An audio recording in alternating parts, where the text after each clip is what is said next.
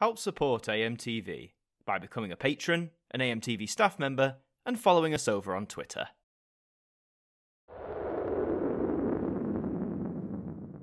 Hi there guys, it's Adam Martin here, and welcome back to another episode of the Now Review.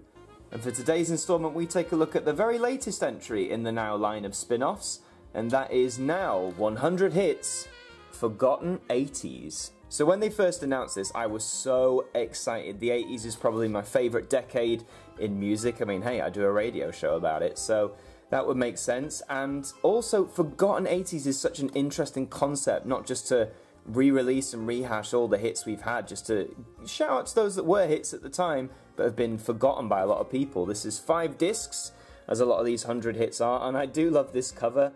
It's quite simple, but I think that was the 80s, you know, when they were introducing computer tech, all the, like, one-colour, blocky shapes. It actually reminds me of the pieces of the Channel 4 ident of the time, so that's a nice nod. And you know what? The colours of the title here all correlate really well. It's very eye-grabbing, so good start. Here's the spine, white and blue and pink. I've actually seen this sort of colour scheme on other 80s compilations from different companies.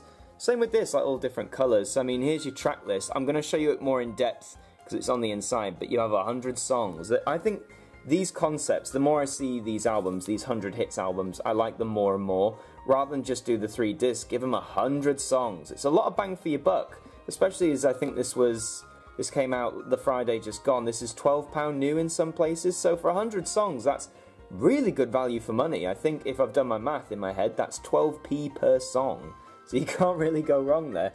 Let's open her up. Oh look, it's the Now Music streaming app if you're interested. So, CD1, how forgotten are these? Too Good to Be Forgotten is the first track. That is irony at its finest. And you know what, as I scan down here, I'm a big 80s fan, but a lot of these I actually don't recognise, at least not by name. Probably I'd hear some of these and go, oh yeah, it's that one. The only one that springs to mind immediately is Real Gone Kid by Deacon Blue. I know that one straight away. And Pale Shelter by Tears for Fears. Let's see. I mean, if you know a lot of these by name, then you're a big 80s fan. I do know Tribute, Right On by the Pasadenas. Rock the Boat by Forrest, know that one. I Need Love by LL Cool J. So, I think this is really good, considering you're paying for music you don't know. But if you love your 80s music, it's a lot of good value, and I'm sure a lot of these songs are great. I can't wait to listen to this a bit later on. Here is CD2.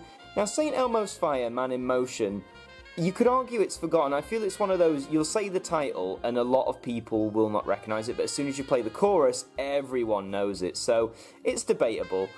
Same with Hold Me Now by the Thompson Twins, or Frankie by Sister Sledge. What else is there? Terence Trent O'Darby. I'm glad they picked Wishing Well, because I think a lot of people remember If You Let Me Stay, and not some of his other work. What else have we got on here? Walking on Sunshine, but it's not Katrina and the Waves. You also, and then you finish with Ashford and Simpson with Solid. You have a Stock Aitken Waterman track. Now these guys, for anyone who doesn't know, were some of the biggest producers of the 80s. They made songs for people like Kylie Minogue, Jason Donovan, Mel and Kim, a lot of the big acts of the late 80s, and I didn't actually know they made their own stuff, so I'd be really excited to listen to Roadblock there. And you can also follow Now on all the social medias, of course. CD3, you have Caravan of Love. Now, I'd argue that is not forgotten, in my personal opinion. Some people might not remember it, but I think that's probably one of the biggest songs on here. What else have we got? Mickey, Tony Basil. It's a one-hit wonder. But then you've got Tight Fit with Fantasy Island. Now, Tight Fit, for those who don't know, made The Lion Sleeps Tonight. Now one of the most meme songs ever. But if you're going to put Mickey by Tony Basil, why not put Lion Sleep? Because Mickey's a big song. A lot of people know it. I would have picked one of Tony Basil's other songs, because she did have more. They've also got The Land of Make Believe by Bucks Fizz. I'm glad they didn't go for Making Your Mind Up, which probably more people know. Land of Make Believe is fairly known too, but I'll allow it. Rockwell, Somebody's Watching Me. Know that one, of course. Milli Vanilli, and I'm glad they picked that one because you would have thought, girl, you know it's true, but of course that is well known. So, what is on CD4? Let's have a look. A Wonderful Life by Black is a great song, by the way. Just scrolling down here. Jump for My Love by the Pointer Sisters. Is that too well known? Spandau Ballet. I'm glad, to cut a long story short, really underrated song. Drop the Boy by Bros. And Tarzan Boy. Yeah, definitely. CD5. Perfect by Fairground Attraction. debatably forgotten. Heart and Soul by T'Pau, great song to pick. Not China in Your Hand, of course. Scrolling down here. Liza Minnelli, Losing My Mind, a fantastic song produced by the Pet Shop Boys, but a lot of people don't know this version, so if you don't, please listen to it. It's absolutely fantastic. Stuck on You by Lionel Richie, great song. Finishing with Nelly the Elephant by Toy Dolls. And I'm sorry if that was a bit long-winded, but I just wanted to sort of scroll down the list in full with you just to show you the kind of songs you're getting on here and how a lot of them, at least to me, are not known songs. And I think that's fantastic for now because they've released so many spin-offs. To have a song that you don't know is really good. So I'm going to show you one of the discs quickly. I'm not sure, it's in one of these annoying like slide out things which are really difficult to get out. Get out of there. There you go. So there's a disc design. Yeah, I like it, more of the blocky shape, so they're more wireframe this time.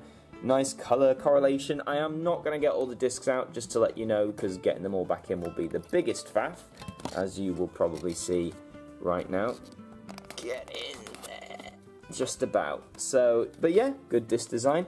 So, who is this album for? Well, if you're an 80s fan full stop, you need to pick up this album purely because it's probably going to have so many different songs to all the other 80s compilations, not just from now, but from other companies too.